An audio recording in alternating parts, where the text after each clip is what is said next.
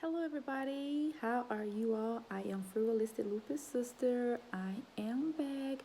I hope you all are doing well. Before I get started into my video, I want to say thank you to all of my subscribers. Thank you all who reached out to me over the weekend because I had a scare.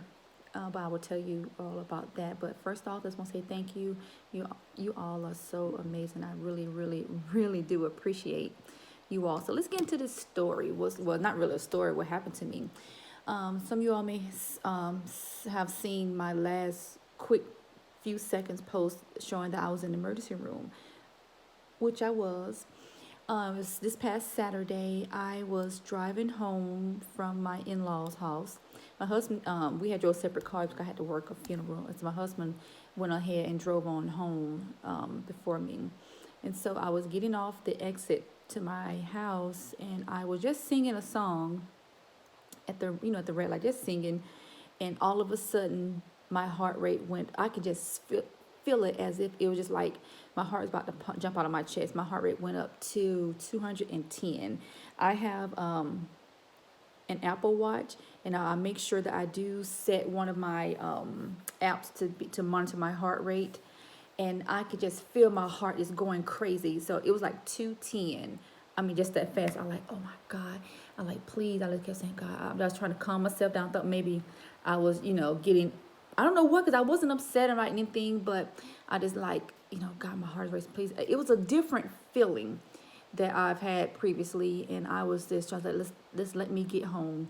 Let's get home. But it kept increasing, but I kept checking it, and I was just like I wasn't thinking clearly. So I guess let me just make it till I get home, and I had pulled to the side of the road to take like two baby aspirins.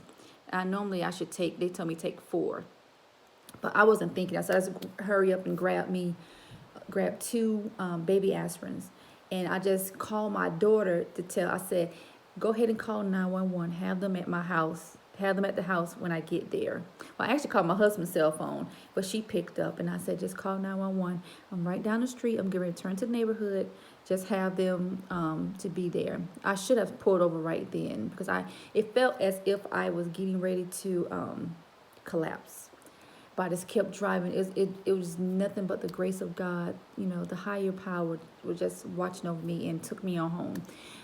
So I came on into, soon I got in the driveway, my husband and daughter was already outside. I didn't even get out the car. She had the 911 operator on the phone. She was asking me questions. Look, are you, when you're not feeling well, you don't want to answer all those questions. They want to ask you, what's your name, what's your date of birth, all of that. I that's my daughter take the phone because then my husband like, can you get out of the car? I knew if I had gotten out of the car, I probably would have passed out, collapsed. So I said, no, just let me stay in the car until the ambulance came. I can hear them from afar coming. I hear the sirens coming, but the fire truck appeared first. They came first, and they came in. They checked my blood pressure, and they're like, well, your blood pressure is a little bit elevated. My blood pressure never gets like 140 over 90. I always have like low blood pressure, but my blood pressure was high. I can feel my heart, and I was just doing like this because I was trying to get my breath. I was trying to calm my heart. And then not long after the fire truck guys had gotten here, the ambulance pulled up, and they were like, do you want to go, your vital signs is okay. Do you still want to go to the emergency room? I knew with a shadow of a doubt that I was going to the emergency room because I know there was a different feeling. I know when I need to go, and I was not going to let my husband drive me to the emergency room like I did last time because I knew that this time it was different. I still want to go. And they asked me where I'm going to go. I told them I want to go. The closest one, I gave them that hospital. I said, take me there. So the ambulance, the paramedic, she came, she talked to me. So, they want to ask me, like, what's your social security number? I was not in the mood to give a social security number, my date of birth, or nothing. You would get that later. They're like, can I see your driver? I just got my driver license, just throw it to them. And I got, they put me on the stretcher. So we went on to the hospital. While I was in the ambulance, they the paramedics, she was saying that she's gonna go ahead and start an IV on me. She's gonna put me on oxygen, and she gave me 2 more baby aspirins to take. And she told me to this is a breathing technique that you have to do. She said whenever I get to that point, again, do the breathing technique, but still until they can get to me. And she said when I do that breathing technique, it's like it's a vaso constrictor or something that can lower your heart rate really quick. But I was doing that, but once I stopped, my heart rate was going back up. And she said, I'm trying not to give you, I'm not sure what the medication was. She was like, I'm trying not to give you whatever it was. She said, if you continue to do this breathing technique, we're almost at the hospital, because if I give you this, you know, it might drive your blood pressure really low, and we here, I just wanted you to wait. So I just had my eyes focused on her doing those breathing techniques, because I could just feel myself just like getting to pass out. So we finally got to the emergency room. The bay to the emergency room was filled with other ambulances. So he like stopped, but he was gonna wait. The driver was gonna wait until it's clear. She's like, no, we need to take her out now. She needs to go ahead and get Cardizem right now. So I get in there, get to the emergency room. They wheel me in on a stretcher. I was like, so they were trying to find the nurse. They're like, nobody was in a hurry. I was like, can you just please have them to hurry up, just give me some medicine. I'm just ready. So they finally got me into a room, and they hooked me up to all the monitors, and of course my heart rate. I was in atrial fib, which RVR. Yeah, I think it's atrial fib with RVR, which is atrial fibrillation with rapid venous response, something like that. So therefore, I had irregular heartbeat, but my heart was also racing as well. So I had 2 things going on. And I was like, this, please. And I was, y'all, when I tell you all,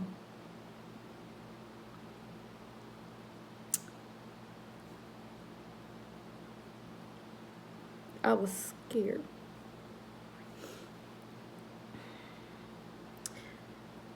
Let me get myself together. I was scared because you be in a place or in a situation where you cannot control what's going on with you. So they gave me some medicine to lower my heart rate, which it did. It lowered my heart rate, but in the meantime, while it was lowering my heart rate, it lowered my blood pressure. So they had to hook me up with some more IV fluids and put like a blood pressure cuff around the IV bag to get my blood pressure, to get the fluids in, so my blood pressure could go back up, which it did. I'm thankful that it did, because I could tell when they gave me that medication and it lowered my heart rate. I just got this feeling. It's a crazy feeling. And every time I have these issues with my heart, I start urinating all the time. I mean, like back to back. Not on myself. I make sure they always put me on a bedpan, but as soon as they got me, I said, I have to go to the bathroom. I said, I have to go to the bathroom. And I told the nurse, I said, I don't know, whenever I have these episodes, I have to urinate. I mean, I have to go like every 5 minutes. I have to urinate. And he's told me that he has heard that before with people who have actually came in with an atrial fib. They start having to urinate a lot. So I think maybe that's my body way of telling me, or trying to relieve itself for some fluid. I was accumulating fluid somewhere, I don't know. So that's the way my body was ridding itself of the fluids. That's something I could think of, because I always had to just go to the bathroom. Just keep going. But like I said, I was there for a total about 5 to 6 hours. They did a lot of blood work. They did what did they do? They did EKG, which they did show that I was in atrial fib, because I'm already scheduled to have an echocardiogram Thursday anyway. But they didn't do that, so I will be having that on Thursday. But I have an appointment to see my cardiologist tomorrow in the morning, so I will be seeing her. And I hope I'm supposed to go on a girls trip on a cruise Saturday. So I'm going to talk with her tomorrow and ask her to see if she think that I should travel. I really hope I can travel. I've been planning for this trip. I have paid for this trip, and I will not be able to get my money back on this trip.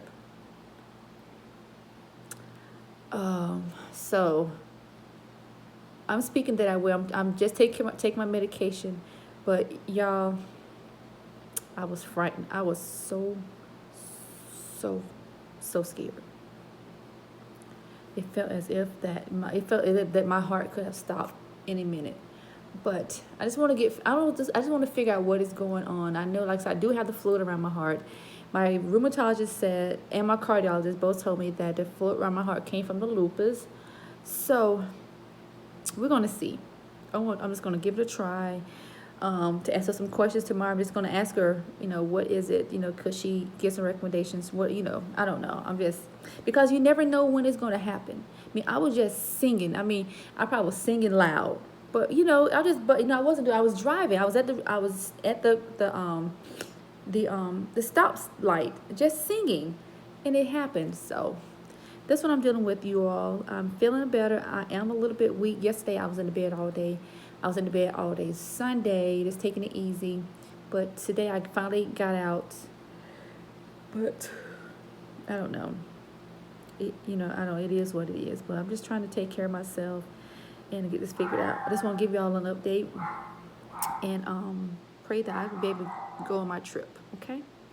And feel better first, though. My health is more important. But you guys take care. I just want to talk with you all about that, and I will talk to y'all later. Much love. Bye-bye.